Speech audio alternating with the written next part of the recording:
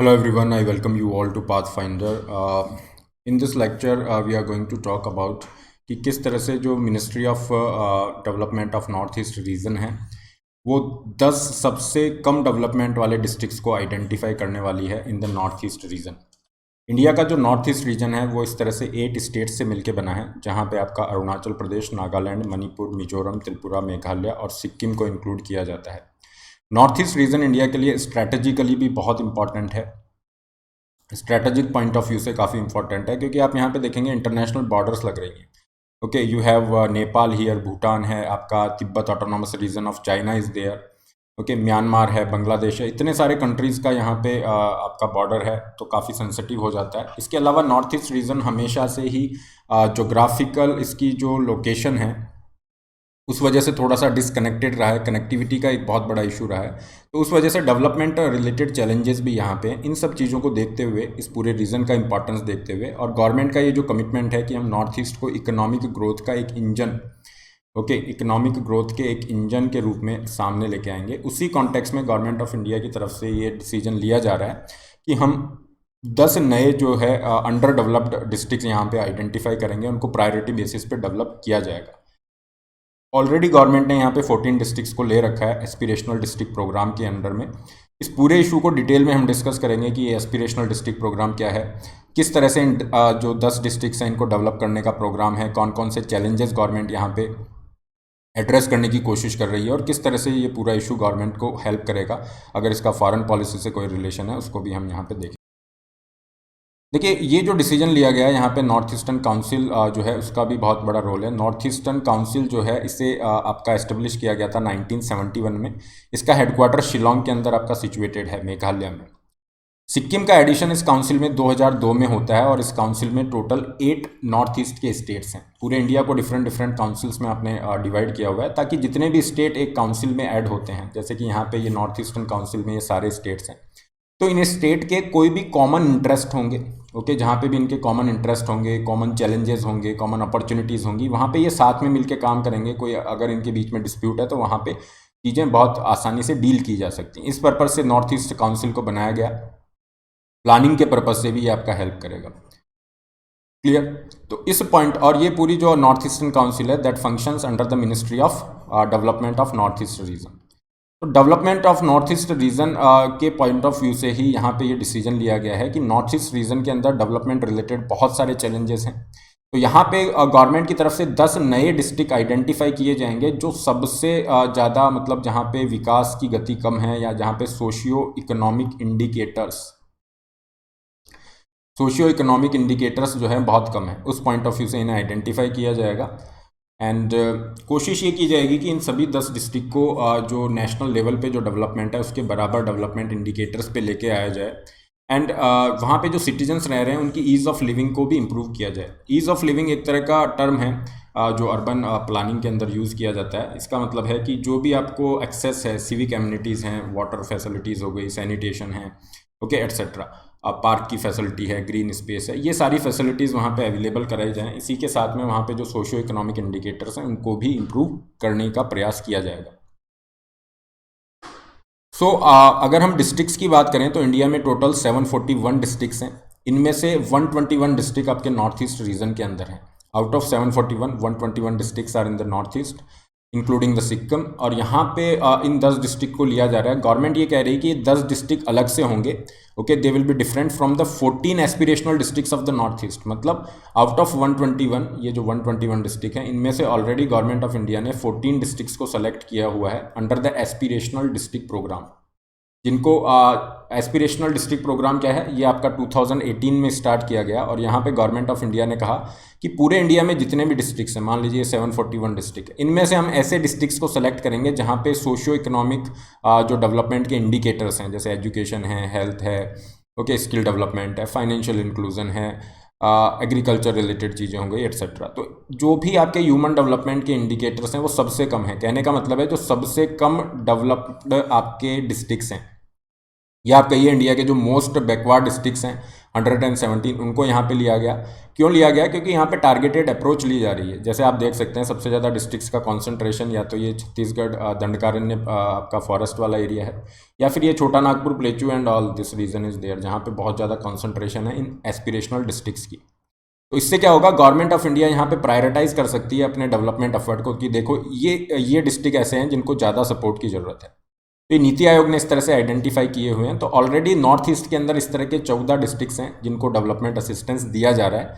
Government of India यहाँ पे ये कह रही है कि इन डिस्ट्रिक्ट्स, ये जो एस्पिरेशनल डिस्ट्रिक्ट हैं, इनके अलावा हम 10 डिस्ट्रिक्ट डिसाइड करेंगे। और जिस तरह से एस्पिरेशनल डिस्ट्रिक्ट में ये सब एरियाज आपके हाईलाइट रहे हैं, सबसे ज़्यादा एजुकेशन हेल्थ कंपोनेंट को दिया गया है। इसके अलावा एग्रीकल्चर है, financial inclusion, skill development, basic infrastructure, इन सब क्राइटेरियाज को आपका एड्रेस किया जाता है। नीति आयोग की तरफ से डेल्टा रैंकिंग निकाली जाती है एस्पिरेशनल डिस्ट्रिक्ट्स की, और लास्ट ईयर वहाँ पे छत्तीसगढ़ की तरफ से बीजापुर ने टॉप किया था। तो इन एस्पिरेशनल डिस्ट्रिक्ट्स के अलावा आपके ये जो 10 डिस्ट्रिक्ट हैं उनको आइडेंटिफाई किया जाएगा, और किस तरह से डेवलप किया जाएगा उसका थोड़ा सा आइडिया यहाँ पे मिनिस्ट्री ने अपनी प्रेस ब्रीफ में दिया है। देखिए, मिनिस्ट्री ये कह रही है कि जो इसरो है उसकी हम यहाँ पे हेल्प लेंगे, स्पेशली इसरो की तरफ से जो सैटेलाइट इमेजिंग हमें मिलेंगी या जो और भी हेल्प मिल सकती है, उसके बेसिस पे हम डिफरेंट प्रोजेक्ट्स को यहाँ पे रन कर रहे हैं। कुछ एग्जांपल्स यहाँ पे इन्होंने पुट किए हैं। For example mapping of the forest gap areas, okay, ताकि फॉरेस्ट की जो है डेवलपमेंट को इंश्योर किया जा सके। क्योंकि अगर हम नॉर्थ ईस्ट रीजन की बात करते हैं, नॉर्थ ईस्ट इंडिया के 8% एरिया को रिप्रेजेंट करता है, लगभग ओके 8% एरिया है। और यहाँ पे अगर फॉरेस्ट की बात करें, around 25% of the forest okay आपके केवल और केवल नॉर्थ ईस्ट रीजन में। इस पॉइंट ऑफ व्यू से अगर हम देखें, इकोलॉजी के पॉइंट ऑफ व्यू से देखें, बहुत इंपॉर्टेंट है। तो इसलिए यहाँ पे ये जो फॉरेस्ट गैप एरियाज हैं इनको आइडेंटिफाई किया जाएगा। नॉर्थ ईस्ट के अंदर जो है बायोडाइवर्सिटी हॉट स्पॉट भी है इंडिया का, उस तरीके से भी इम्पॉर्टेंट हो जाता है। सो स्पेस टेक्नोलॉजी का हेल्प यहाँ पे लिया जा रहा है in the management of the forest.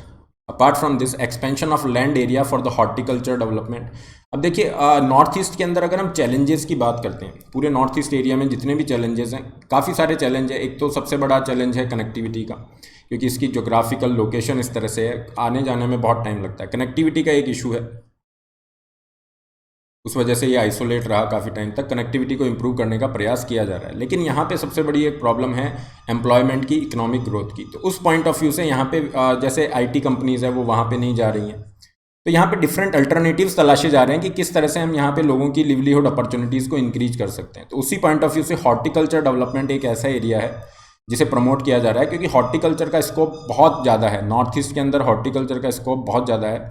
Horticulture land को एक्सपेंड किया जाएगा, उसके अंदर इसरो की हेल्प ली जाएगी।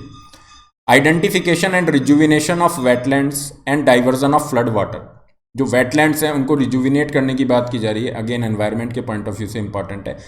Then you have bamboo resources, assessment of bamboo resources for livelihood. तो बैम्बूज का जो रोल है लिवलीहुड जनरेशन में वो बहुत इंपॉर्टेंट है। एक छोटा सा एग्जांपल हम यहाँ पे लेते हैं। देखिए, बैम्बू का रिक्वायरमेंट होता है एज ए रॉ मटेरियल अगरबत्ती के लिए। अब अगरबत्ती का रॉ मटेरियल एक टाइम पे इंडिया जो है 80% से भी ज़्यादा इंपोर्ट करता था with the countries like China and Vietnam. Vietnam, China जैसी कंट्री से हम अपना अगरबत्ती एक्सेट्रा के लिए जो बैम्बू का रॉ मटेरियल, बैम्बू के फॉर्म में रॉ मटेरियल है, वो हम इंपोर्ट कर रहे हैं। जबकि इंडिया के अंदर बैम्बू का प्रोडक्शन, बैम्बू रिसोर्सेज बहुत अच्छे हैं, स्पेशली नॉर्थ ईस्ट रीजन के अंदर। तो लास्ट ईयर जब आत्मनिर्भर भारत अभियान आया, इस चीज़ को एड्रेस किया गया और यहाँ पे कहा गया कि अगर ये रॉ मटेरियल इंडिया ही प्रोवाइड कराएगा तो इन लोगों को अपॉर्चुनिटीज़ मिलेंगी एम्प्लॉयमेंट की। तो उसी कॉन्टेक्स्ट में बैम्बू रिसोर्सेज का असेसमेंट करके उस पर इंप्रूवमेंट करने की बात की जा रही है। तो काफ़ी कॉम्प्रिहेंसिव वे में गवर्नमेंट इसको डेवलप करना चाह रही है इन 10 डिस्ट्रिक्ट्स को लेके, और किस तरह से टेक्नोलॉजी की हेल्प ली जा रही है इसको भी बताया गया है। बॉर्डर डिस्प्यूट मैनेजमेंट में भी हेल्प किया जाएगा। क्यों किया जाएगा बॉर्डर डिस्प्यूट मैनेजमेंट में हेल्प? क्योंकि अगर आप इंडिया का इस तरह से मैप देखते हैं, ये नॉर्थ ईस्ट रीजन है, तो यहाँ पे भूटान है, यू हैव नेपाल, ओके, यहाँ पे आपका चाइना का पार्ट आ जाता है, यहाँ पे म्यांमार है, बांग्लादेश है। तो बहुत सारे आपके जो कंट्रीज़ हैं, इंटरनेशनल बॉर्डर इतना बड़ा है, तो बॉर्डर रिलेटेड जो चैलेंजेस हैं, और बॉर्डर आपका काफ़ी पोरस भी है, यहाँ से सिक्योरिटी थ्रेट्स रहती हैं, ड्रग ट्रैफिकिंग हो गई, ओके, इन्फिल्ट्रेशन हो रहा है, एट्सेट्रा। तो उस पॉइंट ऑफ व्यू से इनको भी डील किया जाएगा, बॉर्डर डिस्प्यूट मैनेजमेंट वाले एरियाज़ को भी डील किया जाएगा। और एम्प्लॉयमेंट जनरेशन अगर यहाँ पे होता है, that will be a great thing. क्योंकि अगर हम एजुकेशन की बात करें, कुछ सोशो इकोनॉमिक इंडिकेटर्स की बात करें, तो जनरली नॉर्थ ईस्ट रीजन अच्छा कर रहे हैं, fine. In comparison to other backward districts. North east region में एजुकेशन का स्टेटस अच्छा है, तो यहाँ पे अगर एम्प्लॉयमेंट अपॉर्चुनिटीज़ को क्रिएट किया जाता है that will be a great thing, और गवर्नमेंट इसी का प्रयास यहाँ पे कर रही है। इसके अलावा गवर्नमेंट ने कहा कि आत्मनिर्भर भारत अभियान के अंतर्गत लास्ट ईयर हमने 200 करोड़ रुपए हर स्टेट को इस तरह से 50 साल के इंटरेस्ट फ्री लोन के रूप में दिया है।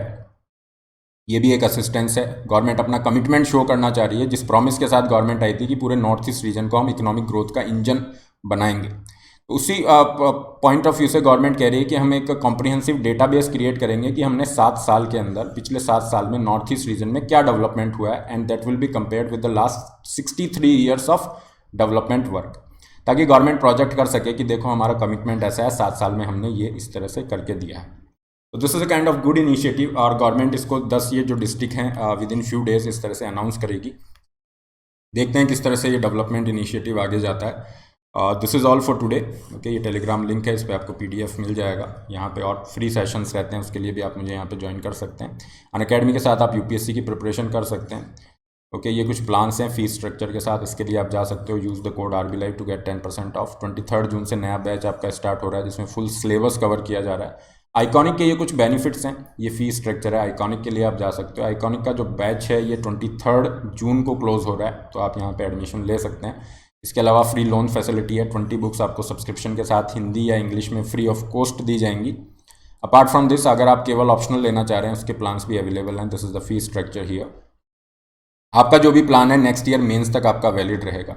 इसके अलावा कॉम्बो मतलब GS और ऑप्शनल के लिए आप जा सकते हैं, और GS ऑप्शनल के अंदर आपका पूरा कोर्स इंक्लूड होता है, पूरी प्रिपरेशन इंक्लूड है। यहाँ पे 35% का डिस्काउंट है जो 23 जून को क्लोज हो रहा है, इसका भी आप बेनिफिट ले सकते हैं। This is all for today, and don't forget to subscribe Pathfinder to get more such videos.